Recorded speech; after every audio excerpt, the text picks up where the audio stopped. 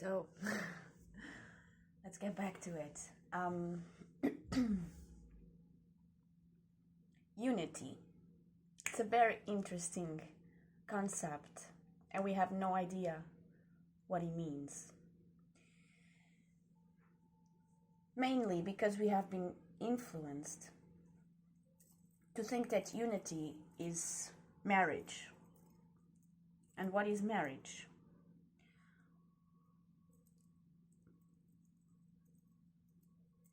I don't even want to talk about it.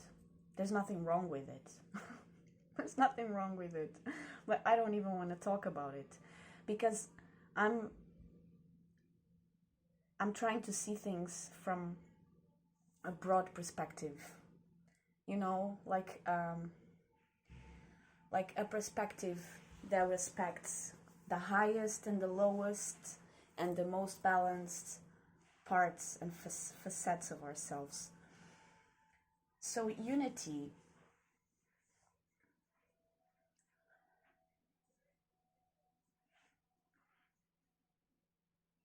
you know, the opposites attract each other.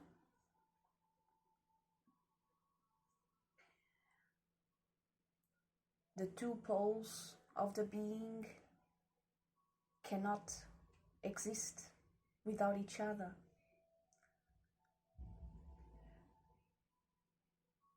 Like in astrology,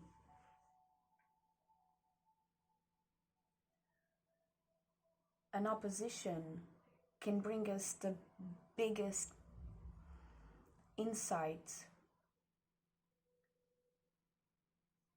and without it we would not be able to know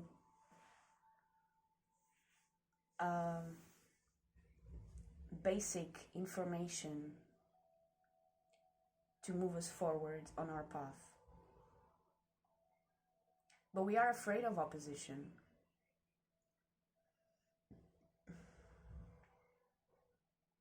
We are afraid of opposition because we are emotional beings. Excuse me. And if we don't kind of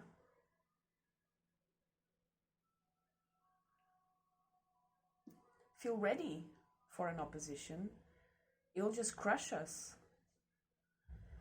So that's why it's so important to have a balanced emotional body.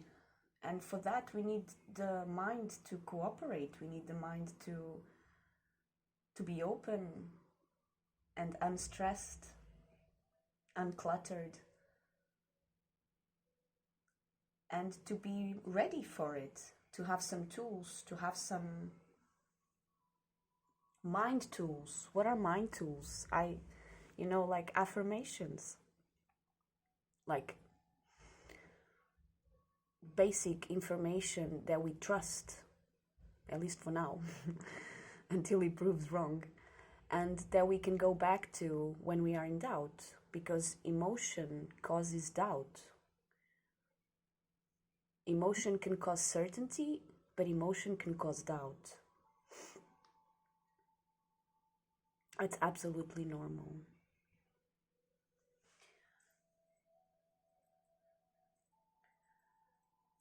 In astrology also,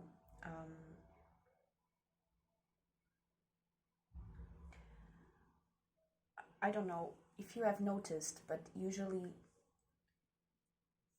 the people that we attract are from the opposite sign, like from the other side of the cosmos. And those people will cause turmoil in us, the same way that they will cause the strongest feelings of belonging.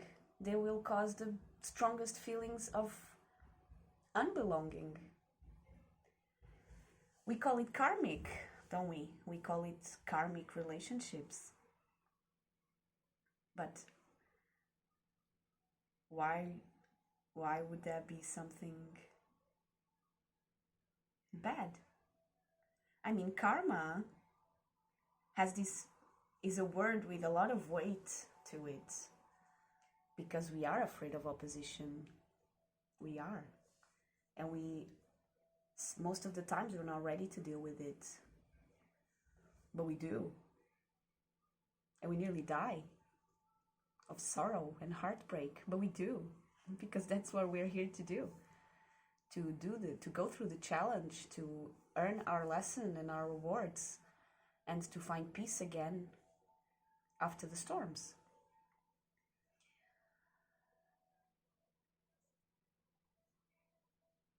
In the Norse culture or tradition or whatever, karma is not something good or bad, it's something that we are here to do. It's path. It's the way. It's the way. It's the mission that we are supposed to accomplish. We must know it's a mission.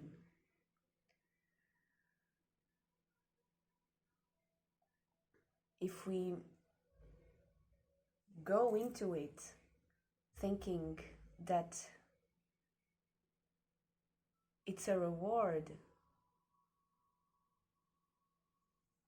it changes our focus and it will cause us a lot of trouble, because it will keep us stuck in a wishful thinking and unaware vibration.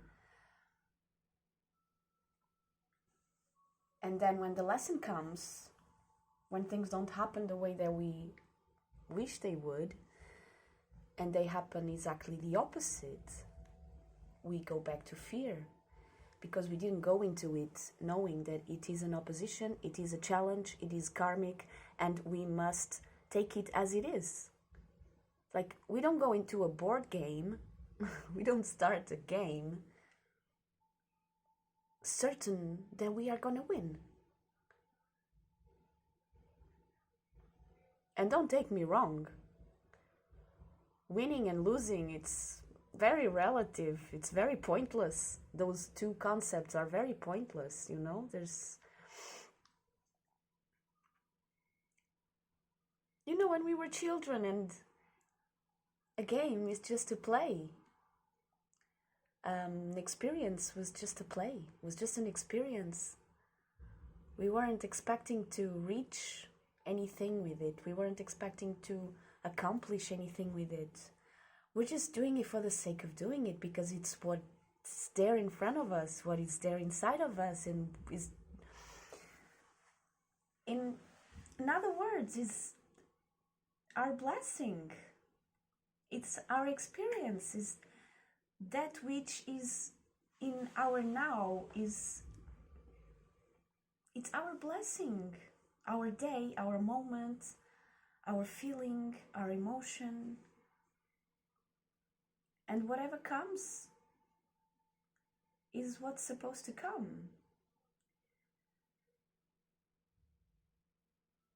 And this goes back to the last reading about opening and about getting out of our heads. It's exactly the same. But I would like to tell you about my experience lately and the dream that I had today.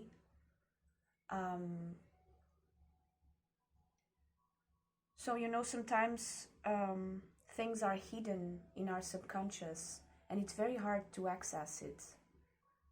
It's like going on an adventure and everything is symbolic, everything has hyper meanings, and it's hard to crack the code.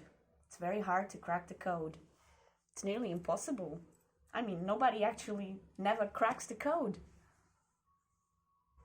Even the people that can manage to do something with it, they are not cracking the code. They are following their path and finding the keys that they were supposed to find and showing them, and see, I did something with my experience. I dreamt that two orcas were finally released from the depths. And other symbolisms in my dream meant that it was a massive cycle of life and death coming to a completion.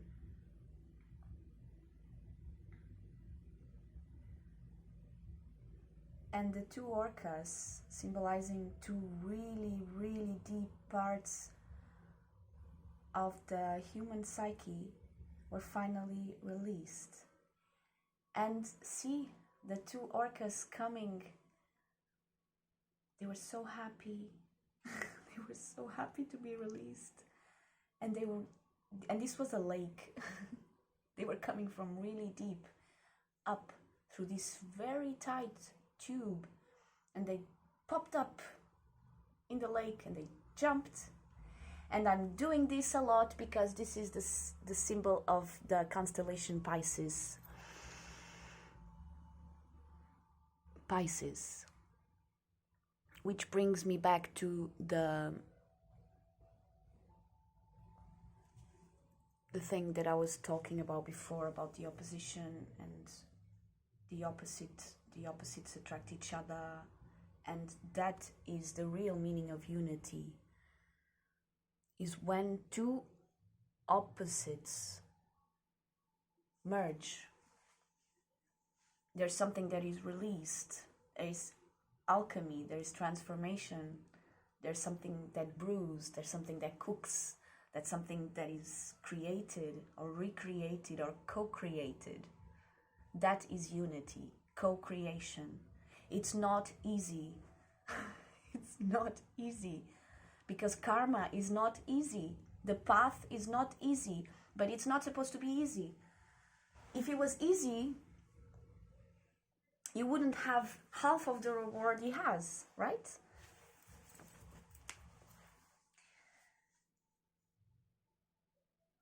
And I'm really, really satisfied with my dream. Really, really happy. I woke up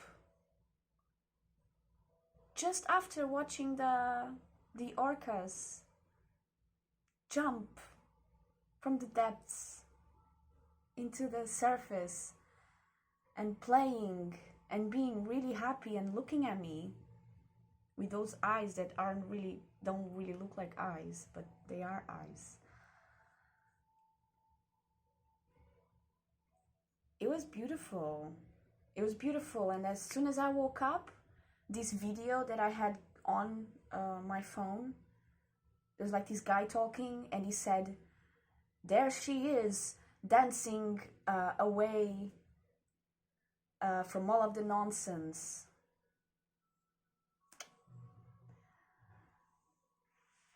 And this is all very beautiful for me because of today so I'm back. So of course I'm a bit skeptic about going into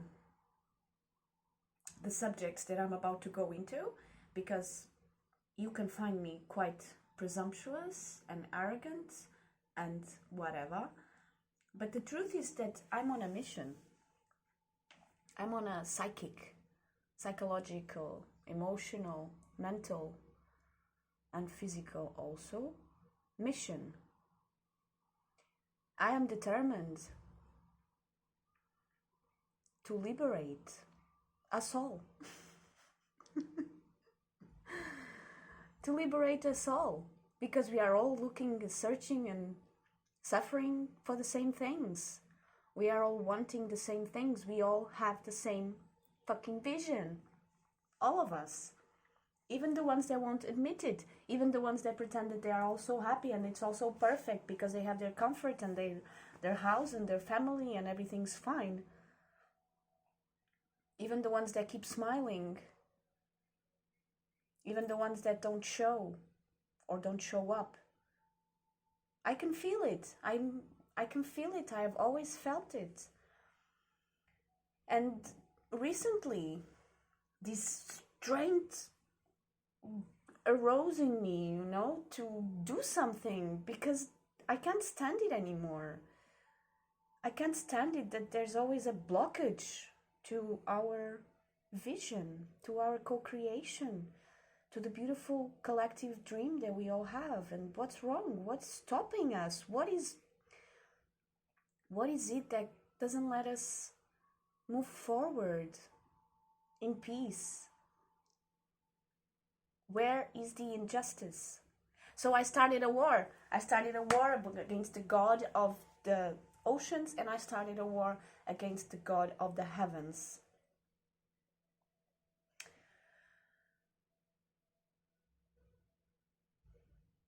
Because I'm not afraid of fulfilling my karma. I'm not. I'm not afraid to go deep and return. I'm not afraid to go high and return. I'm not. I have never been afraid. I have been fragile, and I have been way too egotistical, like mighty, can do anything, don't need anything, blah blah blah. And now I'm in the middle, I'm in the center, and that's my mission, is to do the weird stuff, to search, explore, investigate, understand, overthink. That is my superpower, is to overthink. You know, each one of us was born with their gift, and mine is overthinking. I turned it into a gift. I turned it into a superpower. Because although it can cause me a lot of trouble, it can also, if I follow through, if I never doubt myself, it always reveals itself to be the greatest gift ever. And through this overthinking, you know, I've suffered a lot. But one day, I decided that I would like to be a poet. And I started writing poetry. And poetry started doing that therapy kind of thing for me, where instead of going deep into depression or going high into ego kind of vibes, poetry centers me. Poetry centers me, and poetry is a gift from nature to me. I channel nature, and nature is always balanced. Whether the season, whether the weather, whether the situation, nature is always balanced, always. Nature has it all. And if we open to feel that centeredness, that balance, that we see, our vision opens, we see the 4 seasons merging into one whole dimension that works perfectly, can go through things that would annihilate it, but it never does, because nature always balances out. If it needs more here, it goes more here. If it needs more there, it goes more there. And oh, it's bad in here, don't worry, next cycle it will be better. Oh, is it too good there? Oh, next cycle it will be a bit less. It's just how it works, you know? We got the day and the night, and we got the winter and the summer. We got the north and the south. It's just the way it works. It's a fucking pearl in the fucking cosmos. Of course, there's energies that would like to control it. That's absolutely normal. Now, what isn't normal is that we leave it to happen because we don't know and we don't use our superpowers. You know? Like, if your superpower is singing, sing. If your superpower is to tell jokes, tell jokes. Find a way. If your superpower is to make to carve wood or work with clay, or if you have a green finger and everything grows really well with you, or if you are really good at helping people feel comfort and peace, whatever it is, do it. Find a way to do it. Just stick it into your mind. Make an affirmation. Repeat it for a whole year if you need, or more. Do whatever you need to yourself so that your superpower becomes your nest. Like a snail, imagine.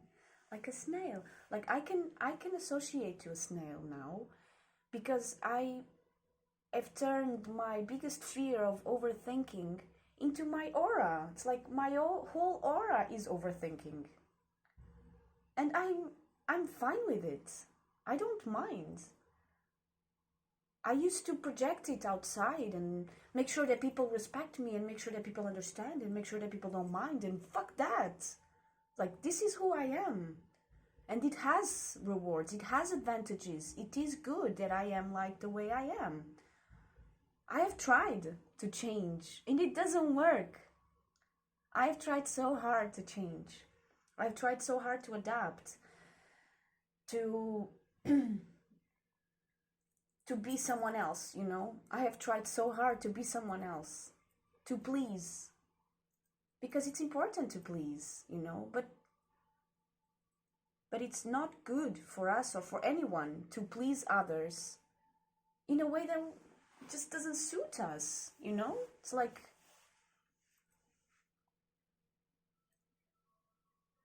it's just silly. We gotta know ourselves. We gotta really do the work, really know our light and really know our shadow, and really come to terms with the balance of our light and our shadow. And then we have to come to terms that it will eventually turn into a rainbow.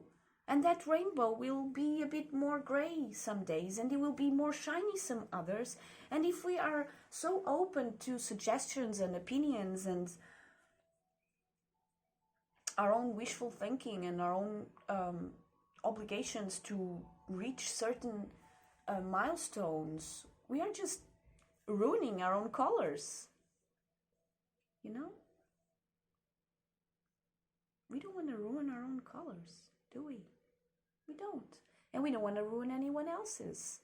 So the best thing that we can do is to come to unity within ourselves, come to unity with the things that people really like about us, and with the things that people hate in us. Sometimes we will have to be the one that does everything wrong in other people's opinions. Even in our loved one, the most close to us opinion. They will be like, what the hell is wrong with this person? She used to be like this, she's always and now she's like a rebel. She's just doing everything the other way around. What's wrong with her? I can't understand. I just want to kill her. It's fine. Leave it. It's fine. It's okay to cause opposition. It's a blessing. I think Jupiter is in opposition today. And I have to admit, I'm feeling blessed. But I have felt confused, and I still feel a bit more confused than usual. It's funny, isn't it? Within our biggest fears is our greatest freedom. Within our darkest dark side of us is our greatest power.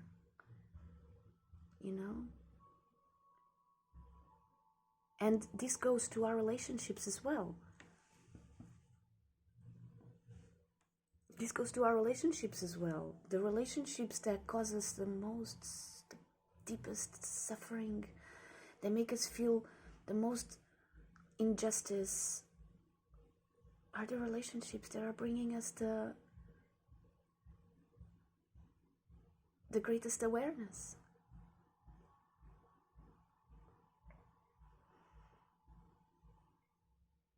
And it's very beautiful to come to a space where we acknowledge this.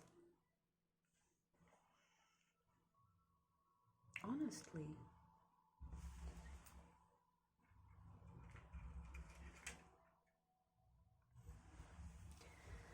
So these are my pearls.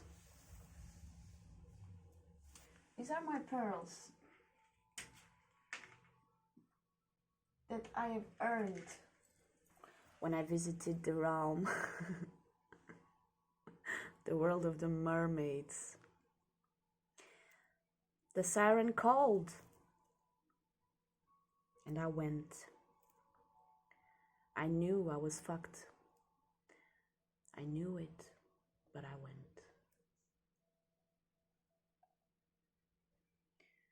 I faced it head on.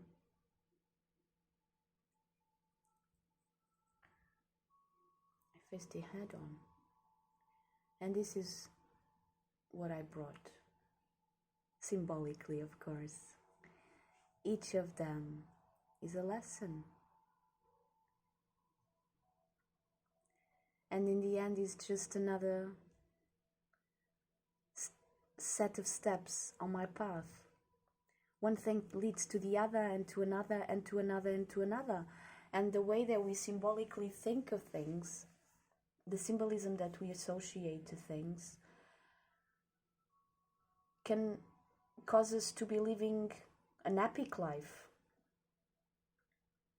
can cause us to embrace the mystery with peace and courage and magic. And it's the best thing to do, whether we are dealing with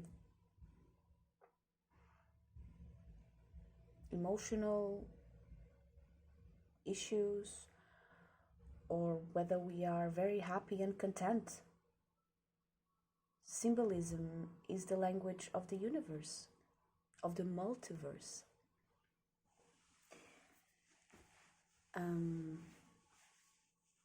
Anyway, I got a bit distracted. That's what the mermaids do, you know. As soon as you go into the world of the mermaids, you just get really confused. You know, the mythological story of Jason and the Argonauts when they are crossing the Sea of the Mermaids, and they know they are gonna crawl upon them, so they tie each other to the poles, like it says in the Bible, hold on to your iron rod. I know each of us will find out what is their own iron rod. But I can tell you, it is a mixture. It is an experience that merges all of the dimensions of the self, both emotional, physical, and mental. That's the only way to stay in our path, is to always align the three dimensions of the self,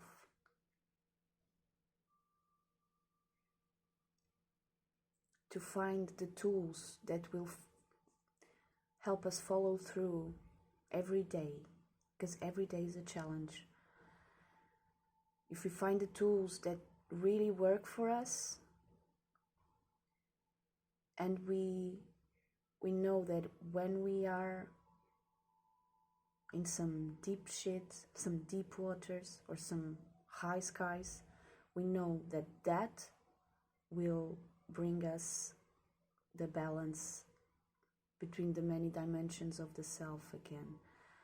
And this is why I started doing these videos, because I've been doing the mudras for quite a while, and it has never disappointed me. Never.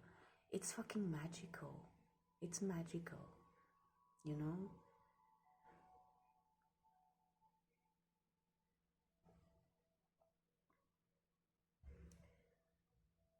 Um,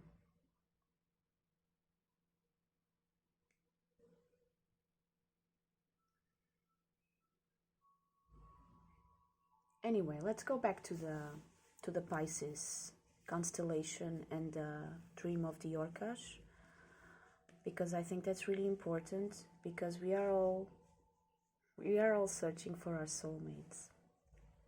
That's the truth. We have done that since the beginning of the history of man. That's what we do. We search for love. We find love. We suffer for love. We heal. And then we go again and we keep doing it over and over and over and over again. That's what we do. That's what human beings do. So,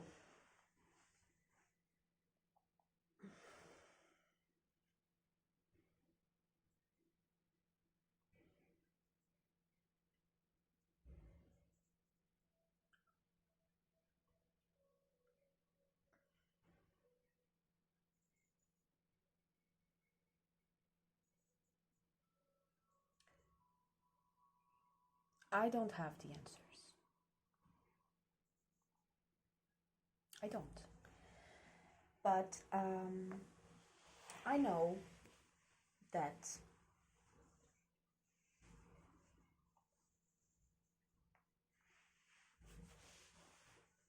that nobody has.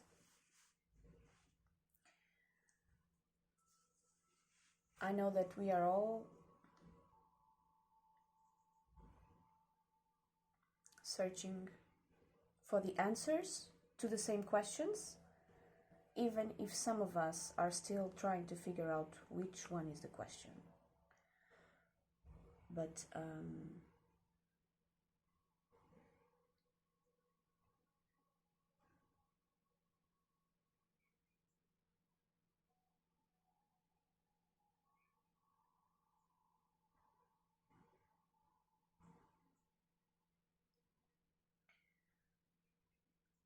I do hope that in this search,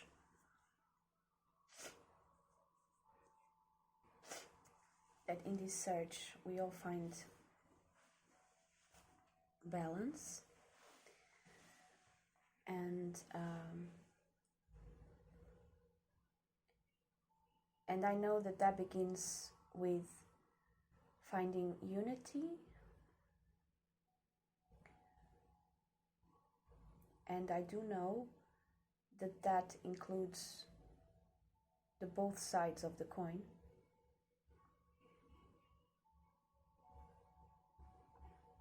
The two poles. And I do know that that requires both learning and experiencing living for real, and also dying.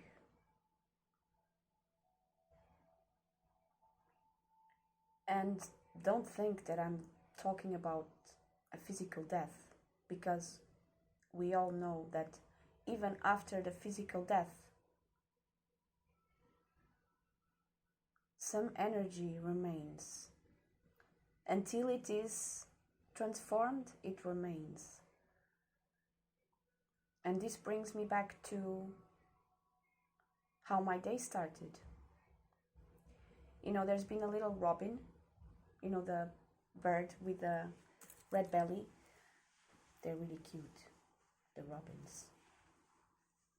There's been a robin looking at me and hiding and showing up and hiding and showing up and turning and looking at me, always looking at me and talking with me. Whenever I go down to the garden, it shows up, and it's been doing this for 2 days or 3. And I have had this experience before, when there's times that I just see a robin, and robins just come around and play. So sometimes they are my totem animal. You know, the totem animal is not something that's, you know, it's not, you don't have one totem animal. Whatever animal you have been connecting with or calling your attention randomly, that's a totem animal. It has a meaning, it has a message for you, and you can use it, whether it's in dreams or in real or in your day-to-day life. It's a message. And it makes all sense that a robin comes to me in my day-to-day life and a orca comes in my dreams. Here we are. Ding dong, ding dong.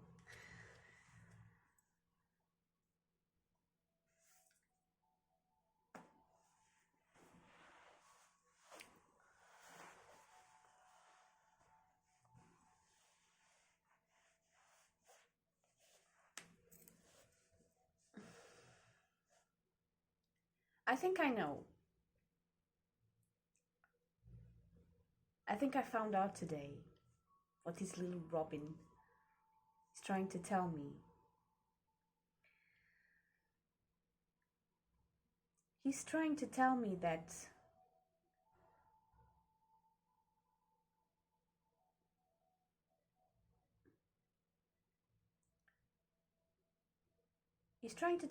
one day I have committed myself to fulfill, to help heal karma that wasn't mine. And the day, because it caused me a lot of suffering to see my loved ones suffer. My family, my sisters, my family tree, you know. My family tree was, there was something wrong in it. There was something very imbalanced in it. And I made myself available for it, you know, because I knew that I could. And I gotta tell you, I feel like I nearly died in the process. And I have, in a symbolic way, I have. And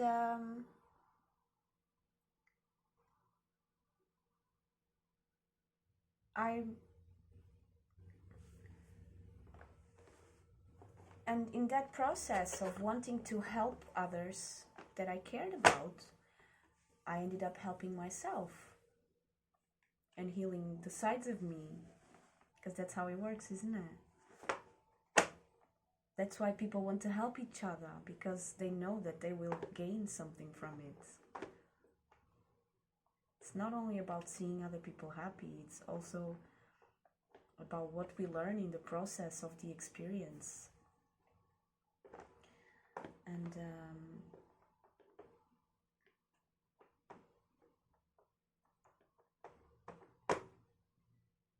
I think I know. I looked after a lady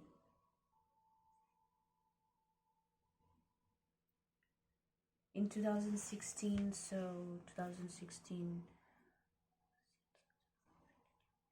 7 years ago. I looked after a lady, and I wasn't her permanent carer, but just before she died, they called me. They knew that she was about to pass away, and they called me to do the end-of-life care, to help her with the transition. And it was a very powerful experience for me, because she meant a lot to me. She was someone that I looked up to. She was an activist for the animal rights and for the protection of children. She was a midwife, and she worked with Gandhi when she was younger. She was in India working with Gandhi, you know, in the villages, with the people, she was on the ground doing groundwork with Gandhi, with Mahatma Gandhi. And Gandhi was one of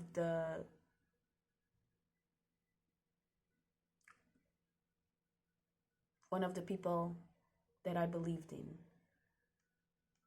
You know, even more than that I believed in God. I believed in Gandhi and in Martin Luther King and in real people, you know? Like, yeah, that's just the way I am. I believe in real stories. I don't believe in things that just exist in my thoughts. You know, that's why one day I had to become a poet and write poetry instead of just thinking and talking of things. I had to actually create something with it. And now I'm doing music with my poems, and God knows what I can do with my music one day. Maybe I'll make films, and maybe from those films I'll make, I don't know, you know, things, just one thing leads to the other, and we are each on their own step. As long as we sit on the step and we say, now I am here and I'm not going back. This is who I am, and there's more to come. This is only the beginning. So this lady that I looked after and that I have helped transition, she was also a Buddhist. And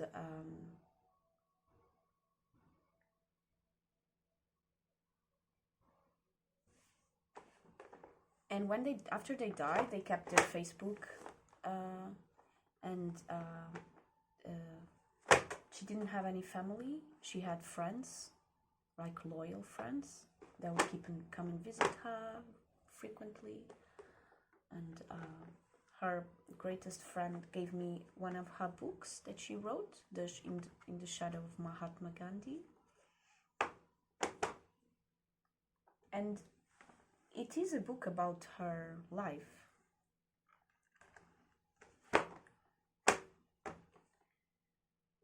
I have so much respect for her, and I have felt, after she died, after she passed away, I have felt that she sometimes was with me, you know, that feeling like she's like a guardian angel, but I could never be sure of it. And today I was feeling so confused, like when I'm feeling very confused, that's my solution, is to interpret symbolisms, because that's just what I do. It's just something that I've learned to do. It's a path. It's a pathway for me to solve, to clean up the mess, you know, that can get cluttered in my brain and in my heart and in my body and in my energetic body. So as soon as I remembered her, I went to check her Facebook page, and there it said there's her Wikipedia page, and I saw her biography again. I had identified with a lot of stuff in her book, but this was ages ago, you know. This was like a whole cycle ago. It was before I became a mother, before I settled down and became a mother, and suffered, and lost everything, and then got everything again, and lost everything again, you know. This was a big cycle ago. It's when I just started this path.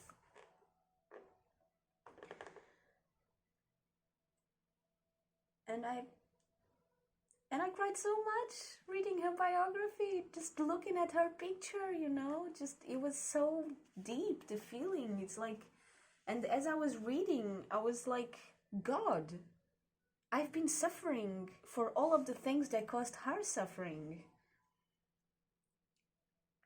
I have been finding strength in the same things that she accomplished. Like making sure that babies and children are treated with respect and dignity. Same goes for animals. I feel like she did an amazing work in the world. She has worked in so many different places, and she has taken many different positions, and And she has worked, and got involved in activism with so many different people. She went to the north, the south, the east, the west. She has done it. And still, there was injustice in her life.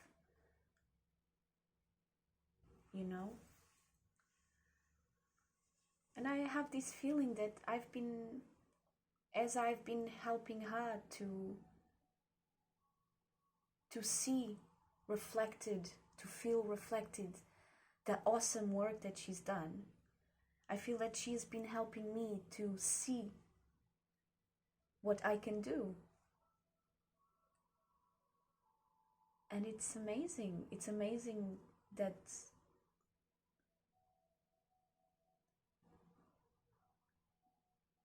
when I realized this, and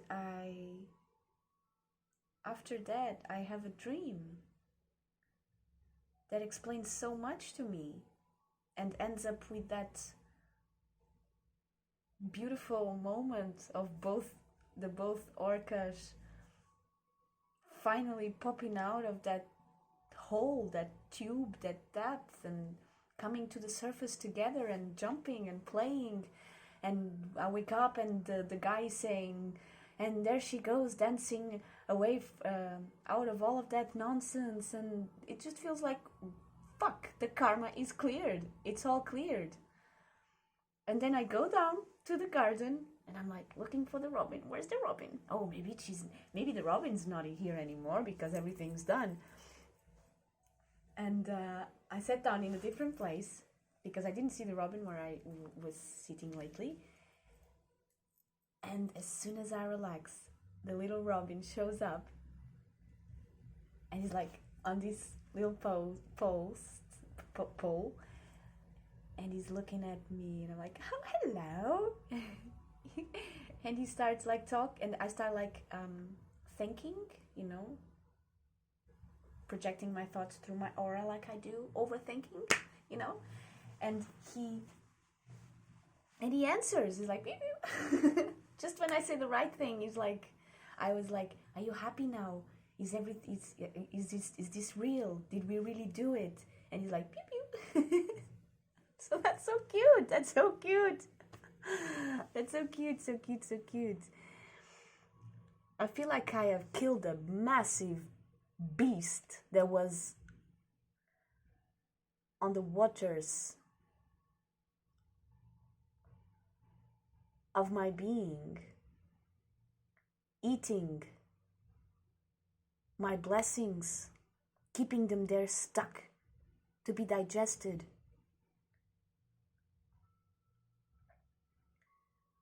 And the same goes for up in the skies.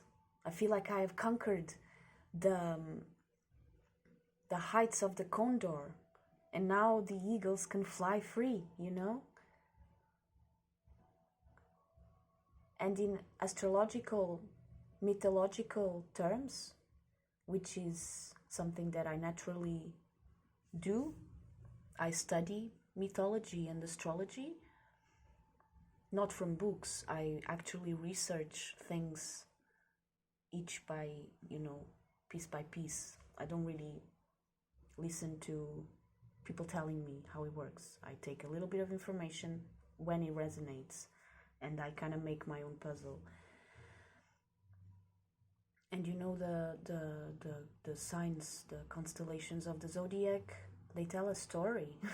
They tell a really good story. It's a really good story. And there's this massive fish called Cetus, whatever. And it's just next to the Pisces constellation. And you know that Pisces is the constellation of the people, like it's the constellation of the the symbolism, the real meaning, the unity, the co-creation, the poles attracting and merging, and if you look at the skies, what comes out of that fucking massive, beautiful portal is the Pegasus. You know, the Pegasus, the merging of our earthly nature with our wings. And I have this feeling that the fucking Cetus has been eating it. Just as soon as he is born, he eats it. He eats it and then just keeps it there, digesting, you know?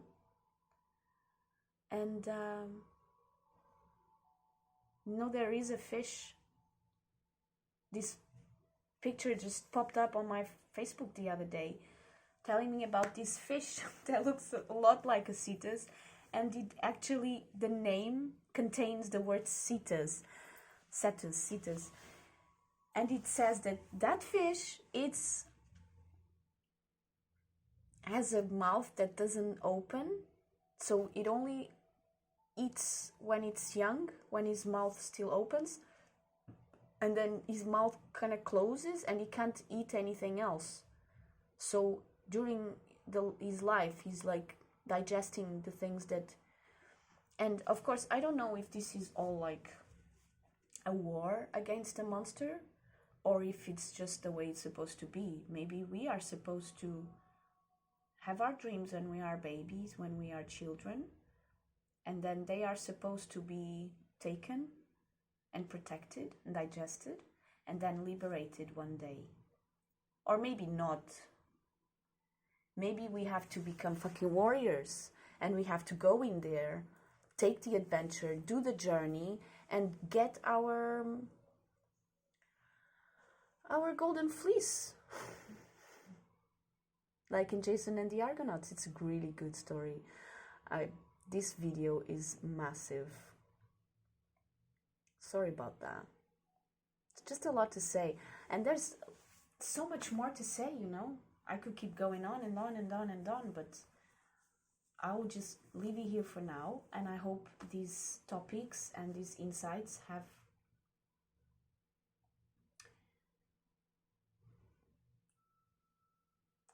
caused you some good moments and some motivation to keep going deep, to keep going higher, and to keep coming back to the center.